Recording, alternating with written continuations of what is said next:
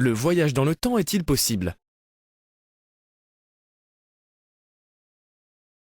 Entre les écrivains, les philosophes et les auteurs de science-fiction, le débat sur le voyage dans le temps est très animé de nos jours. Réalisé déjà par les derniers, auteurs des science-fiction, dans différentes scènes et séries, le voyage dans le temps reste un défi pour les autres, philosophes et physiciens. Au départ considéré comme un rêve fou, les théories sur une possibilité de voyager à travers le temps et l'espace ne cessent de nourrir les écrits des chercheurs de quel pays qu'ils soient, rapprochant alors cette possibilité vers une possible réalisation de ce défi prouesse. Plusieurs physiciens et écrivains chevronnés ne cessent de creuser leur citrouille pour démontrer la réelle possibilité de réaliser cette prouesse.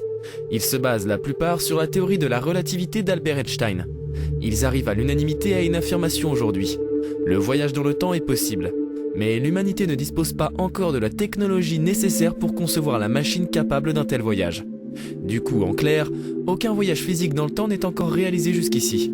Il n'y a que des propositions de conception de cette machine avec manque d'éléments pratiques, du manque de technologie nécessaire. Ainsi, dans cette vidéo, nous allons exposer les différentes théories des physiciens-chercheurs sur la possibilité d'un voyage dans le temps et finir par une proposition d'une machine à voyager dans le temps.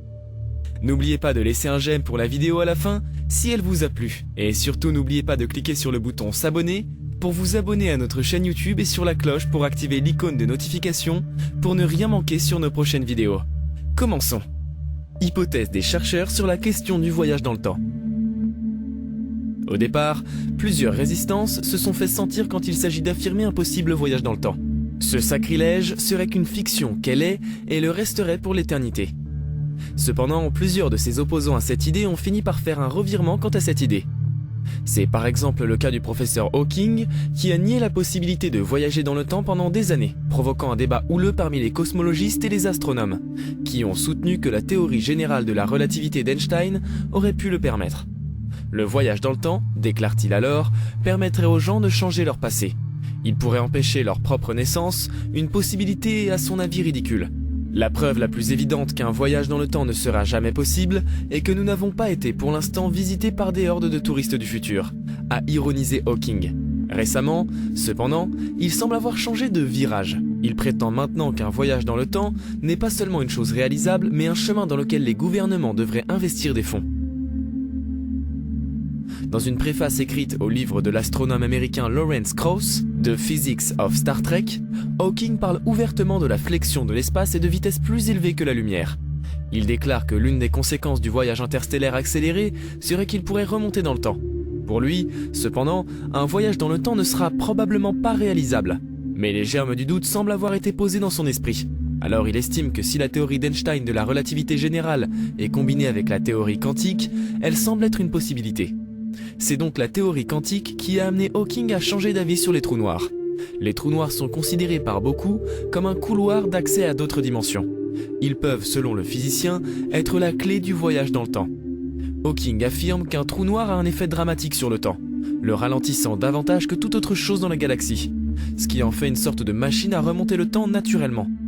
Un train de voyage dans le temps alors. Hawking base alors son opinion sur la vitesse. Pour lui, le moyen pour voyager dans le temps est de construire un moyen de locomotion qui nous permette de voyager très rapidement. À quelle vitesse? Eh bien, au moins à une vitesse qui nous permettrait d'éviter le danger d'être avalé par un trou noir. Et de toute façon en dessous de la limite de la vitesse de la lumière, égale à environ 186 000 miles par seconde. Cette vitesse ne peut pas être dépassée. Mais si nous pouvions nous déplacer avec des valeurs proches de la vitesse de la lumière, nous pourrions voyager à l'avenir. Donc hypothétiquement, si nous étions dans un train capable d'aller à des vitesses proches de celles de la lumière, Hawking a donné l'exemple d'un train qui traverserait toute la circonférence terrestre 7 fois par seconde. Le temps commencerait à s'écouler plus lentement en lui qu'à l'extérieur. Dans le train, tout se passera dans une sorte de slow motion. La raison de ce phénomène, a expliqué le physicien, est précise, pour protéger la vitesse de la lumière, limite insurmontable de la physique. Par conséquent, de l'avis de Hawking, cela pourrait être un moyen de voyager dans le temps, ou du moins à l'avenir. Si ce train voyageait 100 ans consécutifs, mesuré par un observateur sur Terre, pour les voyageurs potentiels, en raison du ralentissement du temps, cela ne prendrait qu'une semaine. Face à ce défi, d'autres chercheurs, dont Fernando de Feliz, professeur de physique à l'université de Padoue, pensent que certains trous noirs se cachent dans les voitures de l'époque. En effet, les trous noirs sont des étoiles, dont la matière est concentrée en un point infinitésimal, appelé singularité, où le temps et l'espace se déforment au point où la trajectoire d'une particule se penche sur elle-même, créant une situation appelée boucle temporelle. Fondamentalement, explique De Felice, la particule en mouvement, même voyageant dans le futur, se rencontrerait dans le passé. Et l'hypothèse serait qu'en entrant dans un trou noir, vous vous réveilleriez dans une sorte d'anneau, où l'avenir rencontrerait le passé. Donc même en allant de l'avant, tôt ou tard, vous reviendrez également au point de départ. Le risque serait juste de s'être fait masser par des forces gravitationnelles géantes. Selon William A. Hitchcock, professeur de physique à la Montana State University, le voyage dans le futur pourrait être accompli en utilisant la dilution temporelle spéciale de la relativité d'Einstein, qui soutient qu'une horloge, même biologiquement, se déplace plus lentement lorsqu'elle est confrontée à une vitesse conséquente comme celle de la lumière. Ainsi, laissant la Terre à bord d'un astronaute qui parvient à accélérer pour atteindre des vitesses proches de celles de la lumière, un voyage pourrait être fait vers le centre de notre galaxie, revenant à 40 ans, temps mesuré sur la navette. Sur Terre, entre-temps, cela fera 60 000 ans, donc l'astronaute se réveillera à l'avenir. Malheureusement, un tel voyage nécessiterait une énorme quantité d'énergie, impossible à obtenir avec la technologie actuelle. Pour Hitchcock, le voyage dans le temps est encore plus compliqué. Il existe de nombreuses solutions à l'équation de la relativité générale d'Einstein, qui permettent à une personne de suivre une ligne de temps, qui la ferait rencontrer elle-même ou un parent à un âge antérieur. Mais le problème est de décider si ces solutions ne sont pas simplement des résultats mathématiques bizarres. Aucune expérience n'a jusqu'à présent démontré qu'un tel voyage dans le temps pourrait se produire dans notre univers, explique le professeur. Cependant, ajoute-t-il, certains théoriciens ont fait des études sur la possibilité de manipuler la matière et la géométrie spatio-temporelle, afin de créer des chevaux qui peuvent tourner autour du temps. Un autre physicien qui s'est penché sur la question est Lloyd. Il choisit un chemin légèrement différent ignoré par les précédents. Lloyd est parti de la téléportation, un célèbre processus de Star Trek où les gens sont transférés d'un endroit à un autre instantanément, et de la mécanique quantique. Le truc était l'utilisation du principe dit de post-sélection, grâce auquel seules les particules qui ont été téléportées peuvent être ramenées à leur état d'origine, faisant ainsi un voyage dans le temps. Une telle voiture ne nécessiterait aucune distorsion d'espace ou de temps. Enfin et surtout, dans l'approche des chercheurs, il y a une intention plus spécifique que le voyage dans le temps. L'effet de post-sélection utilisé par le professeur Lloyd est au cœur des recherches sur l'ordinateur quantique, et dans ce sens, quelques possibilités sont affirmables. Machine à voyager dans le temps. Si tous les chercheurs précités sont unanimes sur une possibilité de voyager dans le temps, ils sont aussi d'accord du fait qu'une machine permettant ce voyage serait difficile et même impossible à concevoir avec le niveau actuel de la technologie humaine. Mais néanmoins, des hypothèses et propositions de prototypes ne cessent d'être faites. Mais la question est quand même toujours posée aux physiciens. Comment pourriez-vous construire une machine à voyager dans le temps ?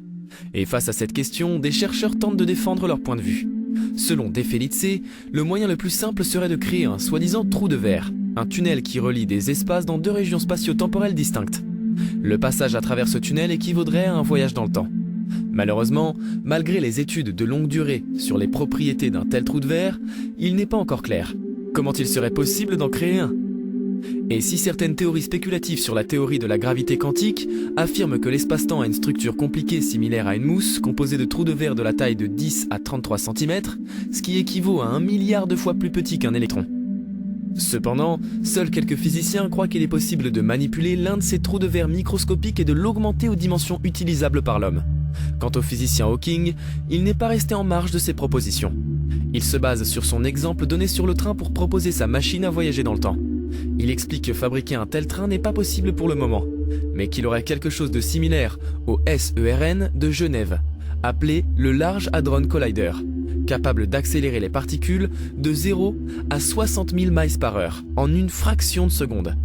En augmentant la puissance, les particules pourraient théoriquement se déverser dans le tunnel 11 000 fois par seconde, à une vitesse proche de celle de la lumière, atteignant une valeur égale à 99,99% de sa limite. Si cela se produit, le voyage commence dans le temps. Le phénomène a été démontré par certains types de particules, appelées mésons pi, qui ont normalement une durée de vie très courte d'une fraction de seconde. Mais lorsqu'il est déterminé à voyager à des vitesses proches de celles de la lumière, leur durée de vie augmente 30 fois. Ainsi, de l'avis de Hawking, une façon d'utiliser ce principe et de voyager dans le temps serait de fabriquer un véritable astronaute et de le lancer dans l'espace. Équipé de moteurs correctement dimensionnés alimentés par la bonne quantité de carburant, il pourrait atteindre environ 90% de la vitesse de la lumière après environ 4 ans. Et après 4 ans, il commencerait à voyager dans le temps. Encore 2 ans et l'astronaute atteindrait 99% de la vitesse de la lumière. Et ainsi, une journée passée à bord correspondrait à une année entière passée sur Terre. Hawking imagine comment un voyage pourrait se faire près d'un trou noir sur une navette spatiale. Pour les courageux à bord de la navette, le temps ralentirait à chaque orbite de 16 minutes. Et il n'aurait que 8 minutes d'expérience. Bien sûr, il est possible de remonter dans le temps en quelques secondes avec YouTube.